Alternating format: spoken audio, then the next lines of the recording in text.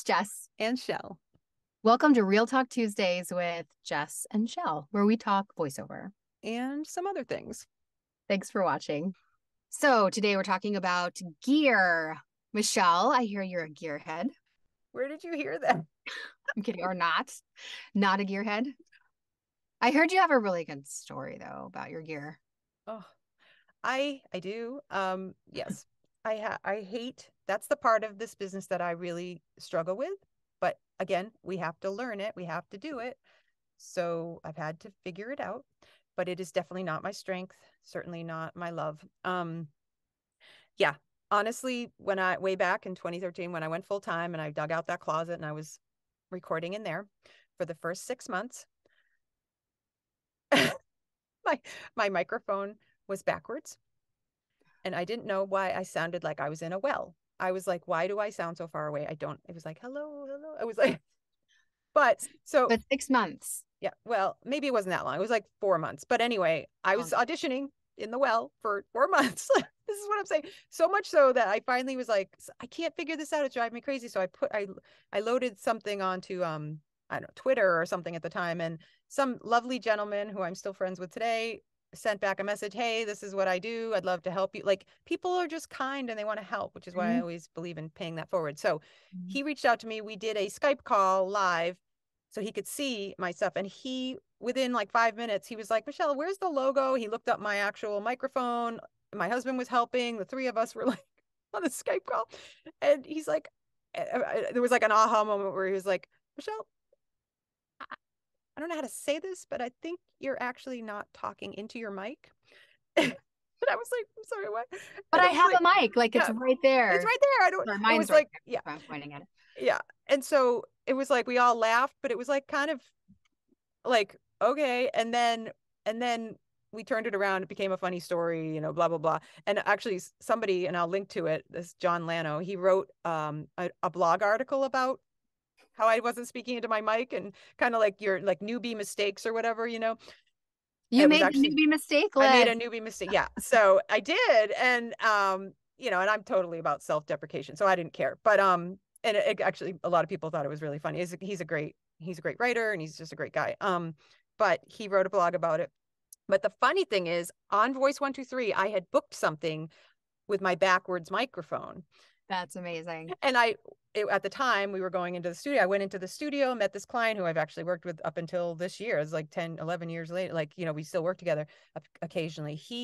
We were in the studio and I remember being funny and I was joking. I was like, when I did that audition, I wasn't actually speaking into my microphone. I'm that good. He was like, well, maybe if you had been, we wouldn't be here. So you just never know. Maybe that's what they wanted. They want something a little further away from the mic, a little bit more. A little more distant. They want a little more distant. Can you sound more distant? Here, what's your relationship with gear, Jess? My relationship? What's your relationship with gear? My husband sells gear. Oh. My husband's a sound engineer, so like. Well, that's helpful. If I have any questions, I'll just be like, Dave, how does this plug in? Or I think I have it. And he'd be like, well, you have the gain up or you have the, So it's nice being able to have him, and he's an amazing troubleshooter. So, but he does a lot of live sound, like live concerts, and being in the studio is a little bit different. But I also had a background in college learning. I used to work at the radio station, so I've kind of had a long-standing relationship with gear. Yeah, I've spent. Well, that's certainly fortuitous to have a husband who can do that. Yeah.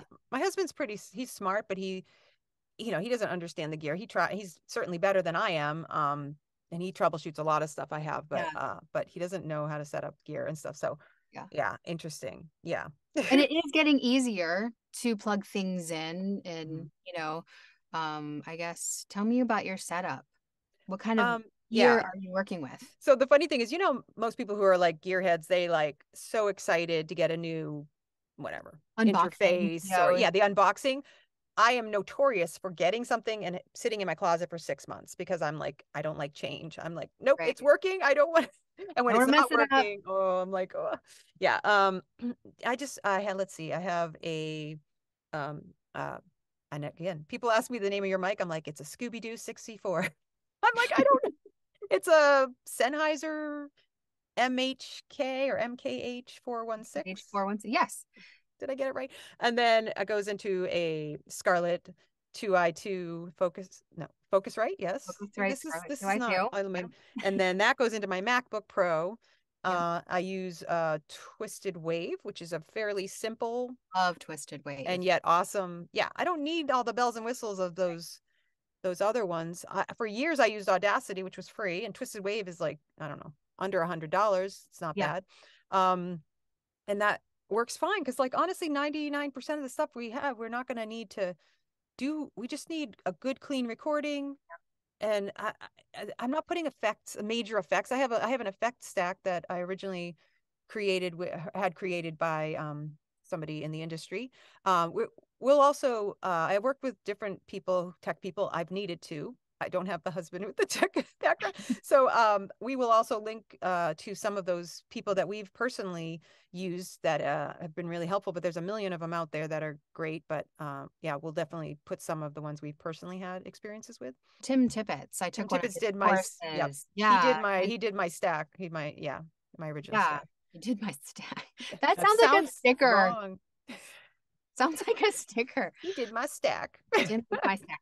What is your setup? So I started off with Scarlett 2i2 as well. But I have the Apollo Twin. I think it's Apollo Twin Duo. That's it. And then I go straight into my MacBook Pro with what is this? The Heil. No, I used to have a Heil PR40 when we did podcasting. That's kind of what I started on, and then realized it's not a really great voiceover mic. And so I have the Neumann TLM-103. I've heard a lot of people like that. Fantastic. It's beautiful. It's for my voice, it brings out the warmth, and because I'm in a smaller space studio, it doesn't pick up the outside stuff. It does pick up now yours wouldn't pick up as much because that's why I got this. Before I had an SE brand from Sweetwater. When I first started, for the first 8 years, I had an SE. And it'll pick up everything. Which is like not a super well-known thing, but it worked perfectly for my voice. And same, I loved the warmth and stuff, but it picks up so much more noise. And I wanted to block that out, which is why I invested in the 416. Yeah. So it's more of a shotgun mic. So you can have a little bit further away. Yeah. Right. Yeah. You get up really close to it, or like about a foot? Same, like, that, like the same. The old.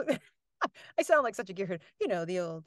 I have no idea. And all of this is just kind of right out of reach. If I lifted this up, you can see microphone. I don't have the pop filter on right there because I'm not right on the mic. But yeah, I love my Neumann. And it comes in a little wooden box. And so when I take it on the road, I'm like, okay, you're gonna sleep here for a little bit. I'm just gonna get a little suitcase for you.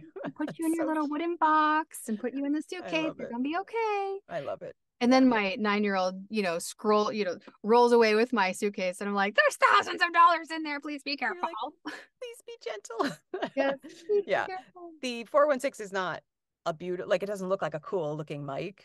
Yes. Yeah, it doesn't. And it's not cheap either. No. But and it's gotten more and more expensive. Yeah. There's different mics. Roughly 1,000. Harder to find. Yeah. I feel like my one that worked fine for me for 8 years was 250 or something like that. Yeah. It wasn't like crazy. Yeah. But I have that. It's XLR. XLR goes into my Apollo Twin Duo and then goes right into my MacBook. I use a TwistedWave is amazing. And then I have Adobe Audition because I have the Adobe Cloud. Oh, okay. Yeah. I use Audition as well. Okay.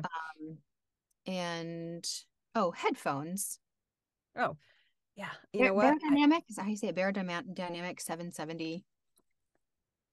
DT770 Pro 80 OHM. There's like an 80 OHM and a 100 something OHM, and I did a bunch of research on why I needed these ones. So I had like $10 one skull candy for years and years and years, and that works to start. I didn't care. Like, I don't wear them when I record typically, which is a whole nother thing. But anyway, one of the engineer guys that I've recently worked with mentioned he loved these because they're really lightweight and they don't give you a headache. And yes, that's honestly really great. Yeah, I'll link to this as well. SIVGA, I think, Sivga. Okay. If I'm spelling that right, I'll get it right in the actual after thing. Yeah. But they're very light. And they're comfortable for what they are. That's so huge. These are two. I had my last pair because you can get a pair that are like, yeah. And if you're on a long session, it gives you a headache, or all day editing. Yeah, for sure. And the last thing you want is for your headphones to be too tight. Yeah. It just affects everything. Yeah. You want to keep it as comfortable as possible. Exactly. So that's about all I know all the about gear that I mean, is there anything else I'm not aware of? That's the basics of gear for us. Yeah, keep it simple, right? Keep it simple. Yes, keep it simple. And there are people out there, if you need help with that are fantastic, and that's what they do, and that is who you should talk to. That's gear. Keeping it real. Thanks for watching.